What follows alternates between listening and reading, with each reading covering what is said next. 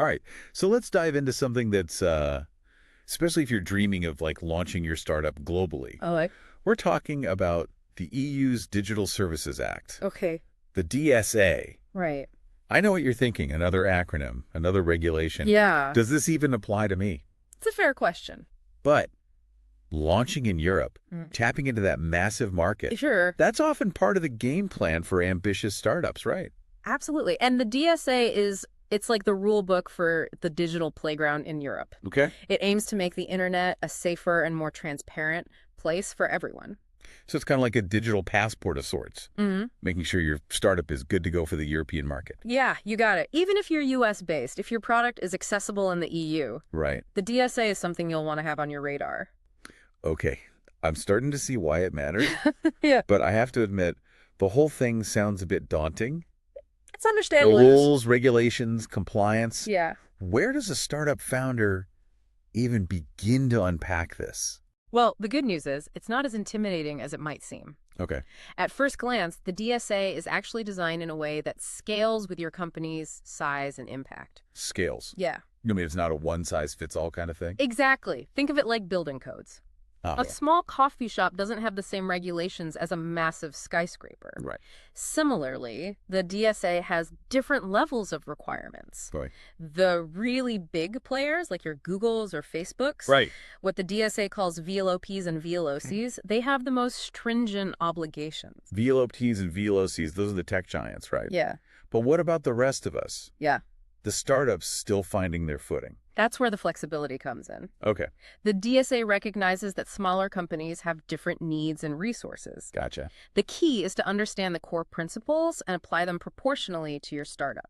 Okay. So less about jumping through hoops and more about understanding the spirit of the DSA and how it applies to me. Yeah, exactly. I like the sound of that. But before we get into the specifics, Sure. I'm curious, what kind of services fall under the DSA's umbrella? So the DSA applies to what they call information society services Okay. that are offered to people in the EU. Okay. This is a pretty broad category. Right. But essentially, if your SaaS platform, your app, your website, anything like that, is accessible to someone in Europe, Yeah. chances are the DSA applies.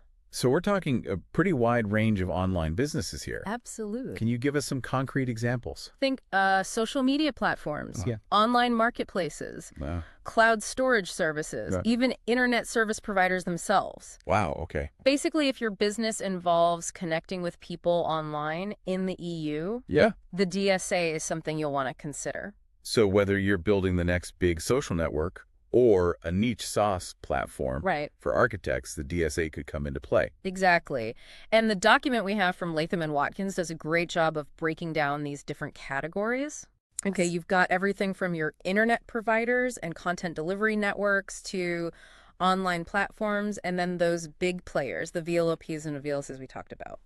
It's interesting that they make those distinctions between the size and reach of different companies. Yeah. Makes sense, though. It does. It The does. larger your user base in the EU, the greater your potential impact. Right. And therefore, the more stringent the requirements. Yeah, Right? Like we were saying earlier, it scales. exactly. So even though the DSA might seem like this massive, complex thing, for a startup just starting out, Yeah, it's about understanding the core principles and gradually incorporating them as you grow. that's a great way to put it.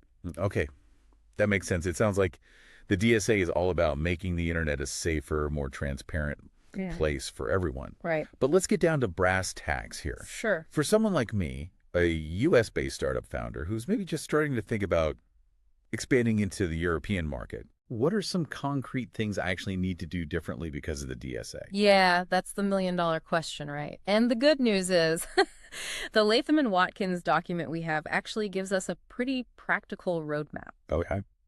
They lay out some key takeaways that I think are worth going through step by step. Perfect. Let's hear it. What are these mystery takeaways that are going to like demystify the DSA for us? All right, so first up, and we've touched on this already, the DSA is really big on transparency. Okay. They want everything to be crystal clear for your users. Right. No more hiding behind walls of legalese in the terms of service, right? You got it. And it goes beyond just simplifying the language. Okay. Your terms of service need to be easy to find, Right. easy to understand, even Yeah. machine readable. Yeah. Okay.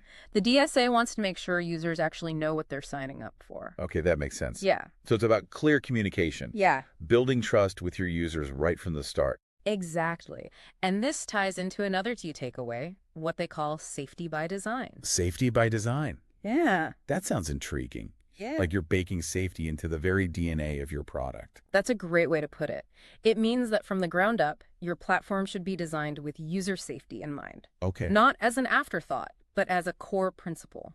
So no more slapping on a few safety features as a Band-Aid solution. Exactly. And it's not just about preventing harm. Okay. It's also about making sure your platform isn't being used to, like, mislead or manipulate users. Right. The DSA is really strict about making sure your interface is straightforward, easy to understand. Okay. No tricking users into doing things they don't want to do. So those sneaky dark patterns that some companies use, those are a big no-no under the DSA. Absolutely. And it makes sense, Ray. If you're building a business for the long haul, tricking your users is not exactly a recipe for success. Totally.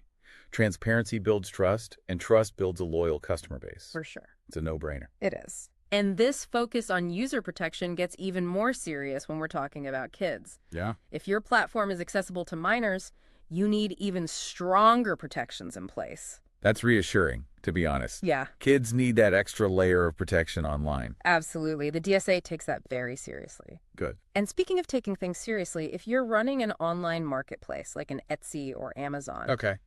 there's another important takeaway for you. Okay, what's that?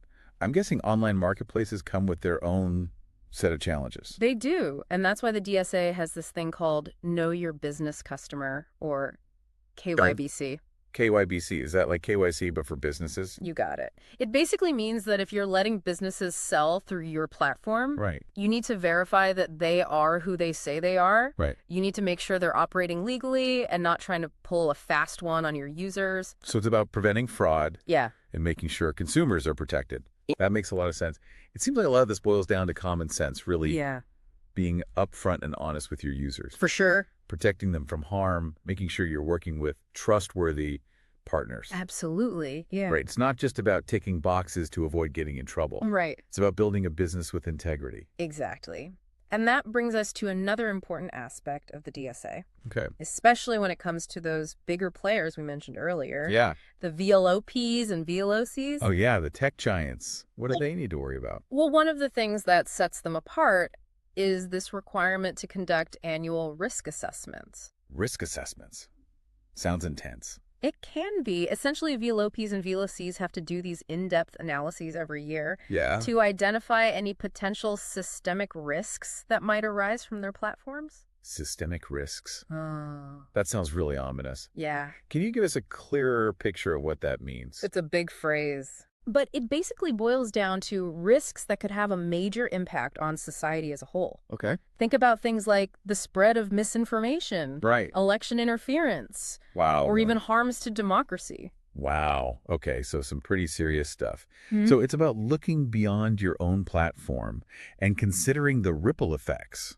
Huh. It is. That's a pretty big responsibility, especially for companies with that kind of reach. It absolutely is. And the DSA doesn't just ask them to identify these risks, Right. but to actively mitigate them, to actually do something about it. Wow. So it's not enough to just say, hey, we know there's a problem. Yeah. They actually have to come up with solutions. Precisely. They need to take concrete steps to address those risks and make their platform safer for everyone. Yeah. It's about being proactive and responsible with the power that comes with having millions, Right. even billions of users. Okay, I have to be honest. This is all starting to sound pretty overwhelming. Yeah. As a startup founder, I'm already juggling a million things. And now we're talking about systemic risks and massive compliance requirements. Yeah. Where do I even begin? I hear you. It can definitely feel like a lot, Right. especially when you're already wearing so many hats as a founder. Yeah.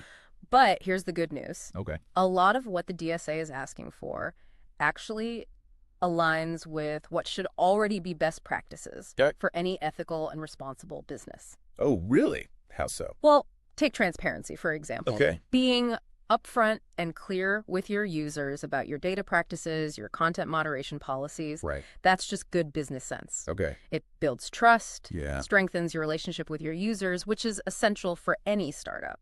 That makes sense. People are more likely to, use your platform to stick around for the long haul if they trust you. Exactly. And the same goes for user safety. Right. If you're designing your platform with user safety in mind from the get-go, Right. you're much less likely to run into problems down the road. Right. It's easier to build a safe and ethical platform from the start than to try to fix it later on when you have millions of users and a mountain of potential issues. Exactly. And let's not forget about the importance of knowing your business partners, Right. doing your due diligence, making sure you're working with legitimate businesses. Right. That's essential for any company, big or small. It's about protecting your own reputation as much as anything. Yeah. You don't want to be associated with shady practices or unreliable partners.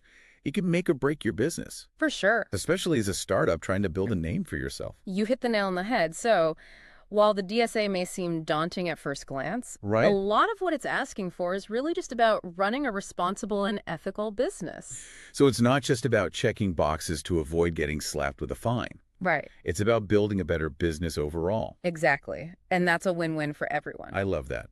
It's not just about compliance. It's about creating a better, safer, more transparent internet for everyone. Absolutely. And if you approach the DSA with that mindset, not as a burden, but as an opportunity to build a business with integrity, Right. you'll be well on your way to success in the European market. This has been incredibly eye-opening. I feel like I've gone from feeling intimidated by the DSA to actually feeling kind of excited about it. That's what we like to hear. It's all about empowering you as startup founders to navigate these new regulations and build businesses that are both successful and responsible. Well said. Thank you so much for breaking it all down for us today. Yeah, my pleasure. I feel like our listeners, especially those with their sights set on Europe, are walking away with a much clearer understanding of the DSA and why it matters. It's been a great conversation. And for our listeners, remember, as your startup grows and your impact expands, Right. so too will your responsibilities. Yeah, It's about scaling with intention, for sure. building a business that not only disrupts the market, but also makes the internet a better place. Absolutely. Until next time, keep innovating, stay curious, and as always, happy diving.